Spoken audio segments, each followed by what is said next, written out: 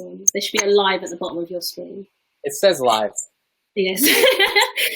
Good morning, good afternoon, and good evening to wherever you are in the world. You're here on the RadioWorks platform with your host, Sabrina Salmi, on the Dream Big Show. I'm here with my special guest, Alexander Ford, who is the president of Measurable Genius.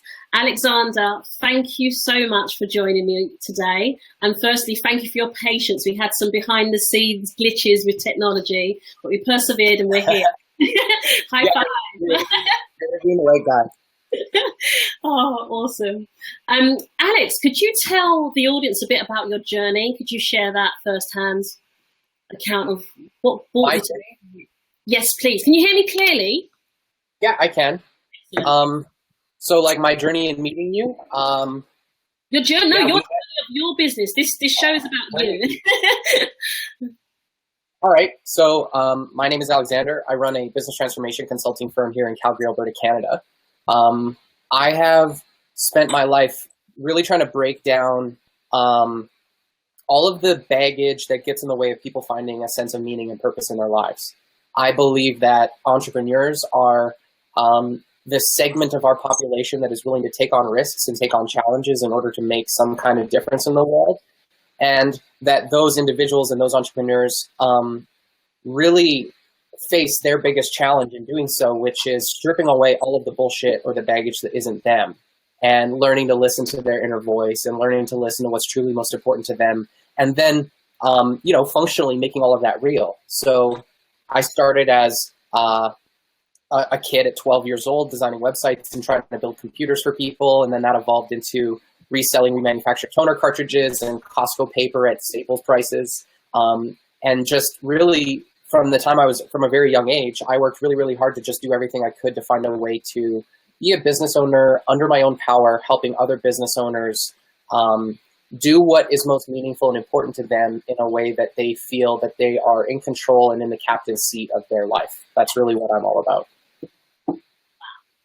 Gosh. This is one of the reasons why I'm so excited about having you on the show. We met you at Doug's event. Obviously, you're part of Doug's team. But I was so blown away with, I would love you to share with the listeners, actually, obviously not in the depth that you did, but I liked what you shared with us during that presentation, during lunch, when you were talking about us being so scared of judgment and then conforming to the labels. Is that correct, if I've got the right take on what you shared? Yeah. Delusions and kind of going in the cycle of creating kind of more perpetuating what we basically set up for ourselves and go, yeah, that's right, because it is, but we're actually creating it as we go along. Yeah. We as a species, we as a society have two parts within us. There's a hedonistic component, the component of us that wants pleasure without pain, reward without risk, or at a very fundamental level, we pursue life and avoid death, right? But if you were to look very closely at what your behavior demonstrates is true about you, you'll find that there are some things in life where you will endure both pleasure and pain in pursuit of something meaningful. And so we're sold on four primary delusions, those delusions being health without disease, happiness without sadness, harmony without conflict, and heaven without hell at a theological level. And that idea really messes people up because they spend their life basically condemning half themselves, right? They spend their life trying to get rid of the parts of themselves that they've been labeled as morally or ethically negative or as challenging to other people. And we're trained to basically demonstrate or to feel guilt and shame anytime we feel we've done something on that half of the spectrum, which we have identified as being quote unquote negative or bad or challenging or somehow robbing people of their opportunities, et cetera, et cetera, et cetera. And so one of the things that I believe is most critical for people to maximize their potential is to recognize that there are systems in place that are designed to give us feedback, to help us get back to integrity with what is important to us. And obviously, as a business owner who deals primarily with entrepreneurs, it's been incredibly beneficial for me to be able to work with those entrepreneurs from a perspective that Their actions and their behaviors are simply actions and behaviors until such time that someone else places a moral or ethical label on those behaviors and makes them wrong or right for doing it. And the fact of the matter is, none of those labels are true. We all have two sides. We all demonstrate every type of behavior. We just do it in a unique way. And so we can choose to go through life subordinate to authority figures or subordinate to idealisms or social influence and try to get rid of half ourselves in order to love ourselves. Or we could become awakened to the requirement within us for us to demonstrate all sides of our behavior and then consciously cultivate those behaviors into what I like to call a mission. Each of us has a mission. And it's our job to focus on cultivation of our own mission. Who's going to work harder on it than you will? And as long as you're trapped in those that are forcing you into being someone you're not, it's really, really challenging for business owners and for individuals to step into their power and do something magnificent on the planet. So I've done a lot of work with my mentor, Dr. John DeMartini, in identifying and understanding the characteristics in human behavior that really enable us to step out of the shadow of those giants and stand onto their shoulders instead. And I have found that although I run an IT company or a marketing organization, really the majority of my transformation or the transformation I'm able to help my clients with is obviously within themselves first. A business will only grow to the level of competency of the leader.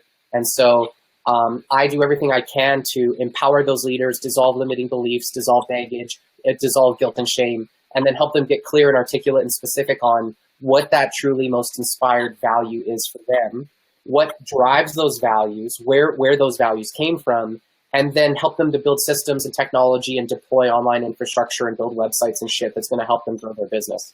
So really, it happened. I started to investigate that stuff out of necessity because, you know, I can change how your computers work all day long. I can change how your website looks all day long. But if there's some entangled system in place where you are sabotaging, you know, your progress, or you're not giving yourself permission to step into the next level of power, technology has no impact. So I like to focus on meaning and vision, and then kind of pull that backwards into a business that really reflects as closely that vision and meaning as possible.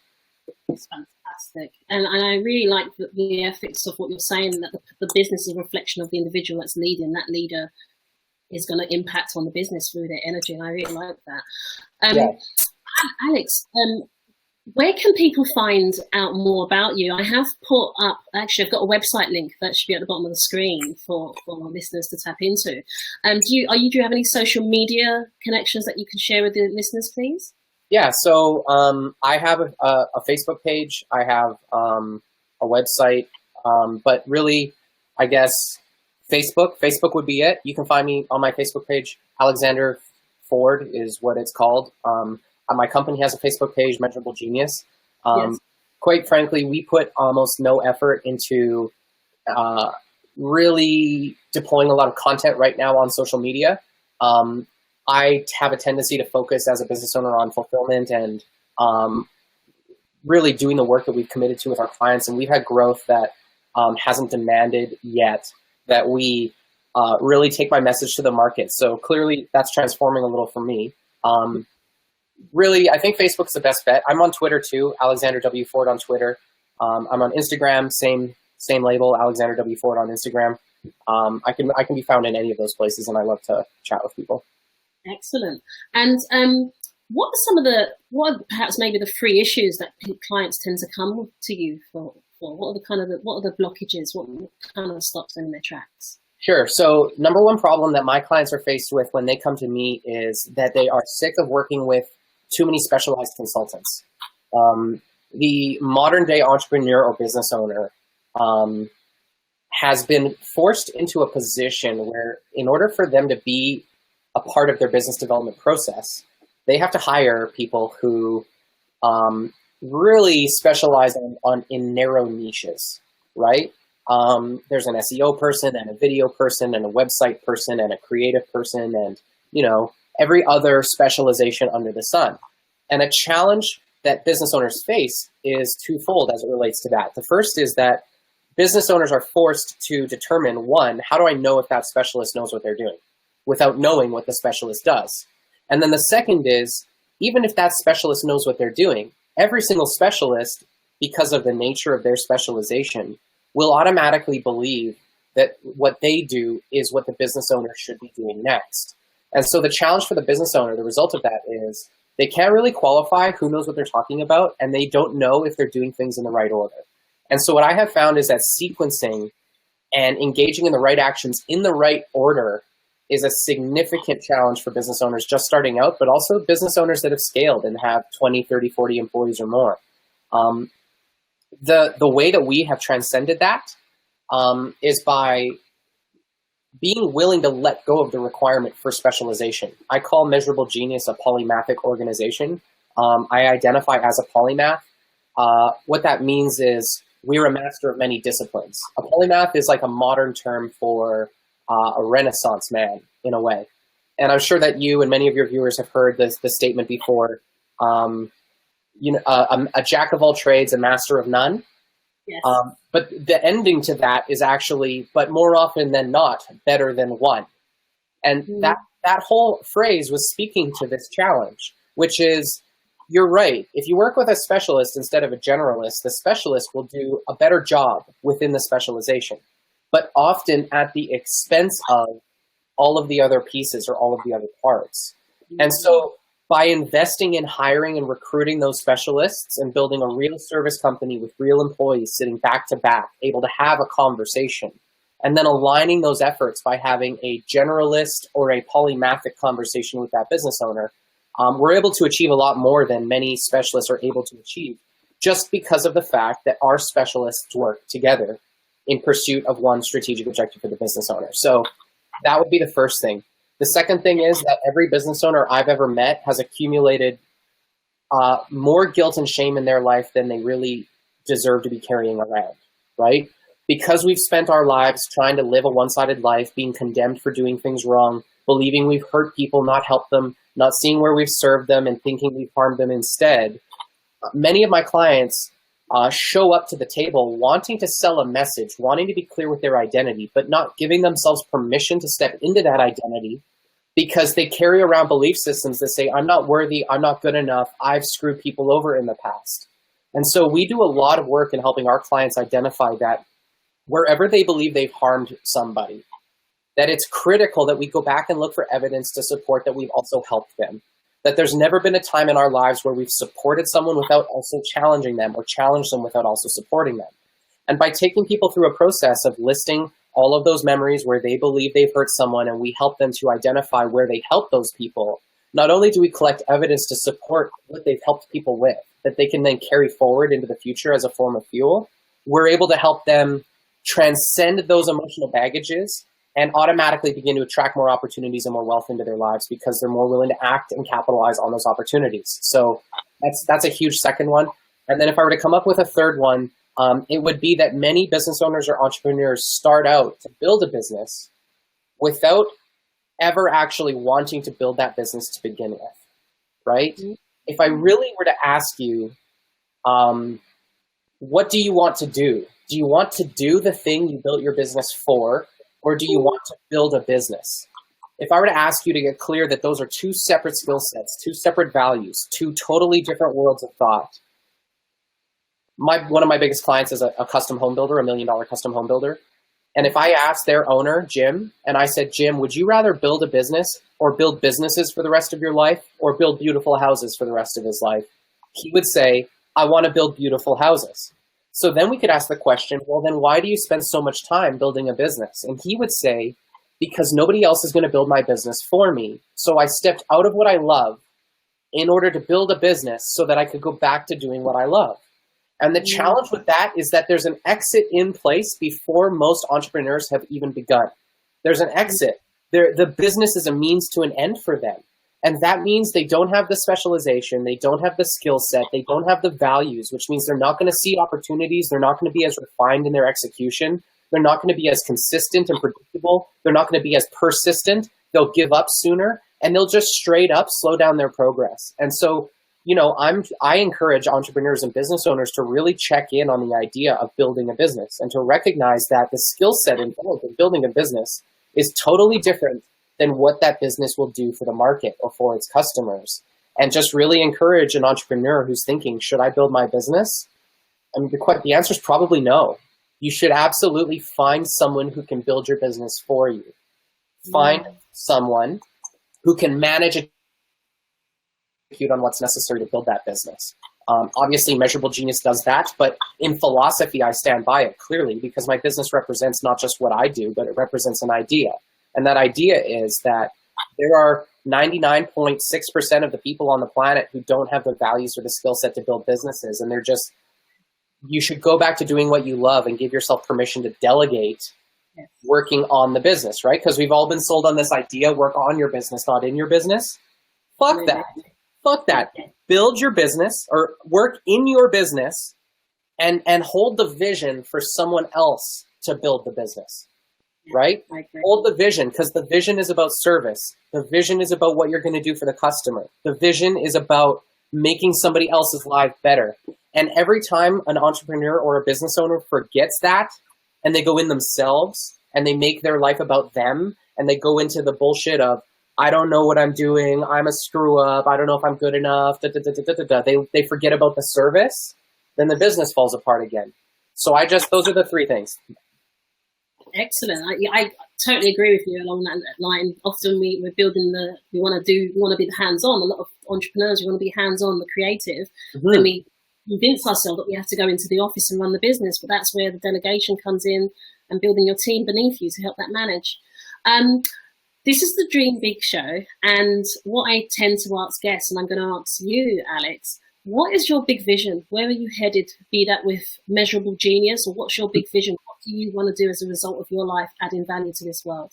Sure. So my mission, my stated mission is to unlock genius leadership of potential. I believe that that's my purpose in life. It's impossible to spend time with me without a greater sense of purpose, a greater sense of possibility, a greater sense of your own genius. I want to help people activate the potential that's already within them. You don't have to go get new potential, and you don't have a maximum amount of potential. It's a function of activating potential. So that leads me to my company, Measurable Genius, and our stated mission for the company is that we want to contribute $1 billion to the marketplace every year by building a $100 million service company. And so what that means is for every $100 million in services that we render to the market, we want to 10x that in terms of our clients' contributions. So we want to basically empower those true entrepreneurs and business owners who are dedicated to making a difference and who are connected to a sense of mission that helps them transcend that hedonistic kind of component of themselves and be able to endure pain and suffering and also pleasure and reward in order to go do what they need to do. And so in that way, we facilitate transformation. We facilitate transformation in the business owner and then therefore their teams and then therefore their company and then therefore through the impact they make on the world, transformation in the lives of the people that they're able to impact. So my mission is I want to become the person, I'm becoming the person every day that is building a $100 million service company. That service company's mission is to empower as many entrepreneurs and business owners as possible to make that same difference in the lives of their customers by congruently applying technology and building a business that really is congruent with their stated mission, their highest value, their impact on the world. And in that way, just change the lives of them, their families, their employees' families, and the customers and the customers' families around the world. Wow, what a beautiful vision. And how can the listeners help make that a reality for you? I know you're already building towards that, but say, for instance, if there's someone that you want to connect with, organization or people, how can they help make this possible? I want to connect with any entrepreneur who has a product, who is ready to go to market, doesn't know what to do. That they can be a digital organization, they can be a solopreneur organization, but also service-based companies in Calgary and market. Ultimately, I think that we have 10 employees today, and I've had the opportunity as a result of the systems and the infrastructure that we've built to be more and more able to step out into the market and share a message of possibility. So I'm looking for opportunities to work with people one-on-one, one-on-many, consult with organizations on helping them build a greater sense of teamwork and culture. We can help entrepreneurs and business owners get clear on their mission, their vision, and what it is they want to cultivate. And I'm also really great in captivating on stage. I can make a difference for audiences around the world, and an audience who listens to me speak can most certainly walk away being transformed in their perspectives and have given themselves a greater sense of possibility in the world. And I can give an example. I attend seminars for one of my clients. Every time he runs them, we work really closely with our clients. Obviously, as you've seen, we show up to our client events and we work them. Yes. And within those workshops, I have the opportunity to chat with students and to kind of get into their world and see what they're working on. And so I had an opportunity. I just came back from one of those workshops, and a woman who attended a previous workshop that we had been at had sat down with me for 15 or 20 minutes. And one of the things that we discovered is that it was well within her possibility to double her prices and make more money. And so it's really, really rewarding for me to have an opportunity to be in those spaces where when she came back to me last weekend and told me, Alexander, based on our conversation around raising my prices, I doubled my prices and I closed a 6-figure contract. Wow, that's fantastic. Yeah, and it happens all the time. And it's not me. I'm not doing it. It's just, it was there. She had it. She just needed a little bit of a shift in perspective because we're all stuck in our own world. Mm-hmm. We don't know how to kind of explore what we're capable of. And so whether it's on stage, one-on-one, or in a group, or in a corporate workshop, or a lunch and learn, or whatever it is, I love to make that type of a difference. And yeah, so I guess that's my answer. If you had the opportunity to go to dinner with anybody, so it would be a dinner meeting or a lunch meeting, whatever you choose, who would you go with? Gary Vaynerchuk. Say that again, please. Gary Vaynerchuk. Okay. Who is that? I don't know, just for the listeners, purpose of the listeners and myself. Gary Vaynerchuk?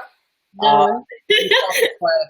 He's he runs I don't know, must be 140 million, but the last stated numbers that I've got from him is he runs a $130 million marketing firm out of New York, employing 800 employees around the world. As far as I can tell, he's the largest private marketing company on the planet, and he has turned himself into a content machine.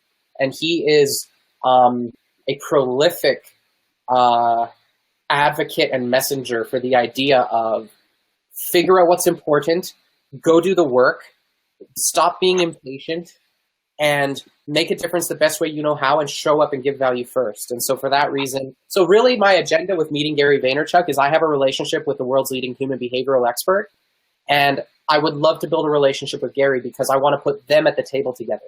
I don't even need anything necessarily from Gary. I just know that Gary Vaynerchuk's ability to connect to the marketplace in content, and John's ability to help transform minds using human behavior and all of the research and the work that he's done in his life, I want to somehow find a way to put those two people together. So if I could get a meeting with Gary, I think I could make that happen. Wow, so the power of free. So if anybody's listening and can make that connection, introduction, please go ahead and do so. Like Alex said, visit their website, connect with Alex on Facebook. I am just blown away every time I hear you speak. There is so much that you've got to share. This is only a 20-minute interview. I would really urge you as a listener to connect with Alex. There's so much that he can do personally and through his business. Alex, I just want to thank you for your precious time, and thank you for sharing your vision. It really touched me, and you touched on a lot of points that I really hope the listeners can take away and activate. And I like that, is that the potential's inside that person, and they just have blind spots they can't see, and they just need someone like yourself and measurable genius to tap in and say, actually, it's time to activate. It's time to create those huge ripple effects of possibility and positivity across the globe. And I look forward to watching you grow, continuing to grow, actually. Absolutely remarkable. You are an absolute genius. I must say that. I've seen you in action, spent a day with you, and we were just in awe. A few of my friends and I were just in awe of what you're capable of doing. And I'm sure that's just the tip of the iceberg. So this is certainly someone to watch. And I hope that as a result of this video being shared, it helps take you closer to your vision. Thank you. Thank you for the opportunity, and thanks for the interview. Thank you so much, Alexander. You take good care of yourself. Thank you.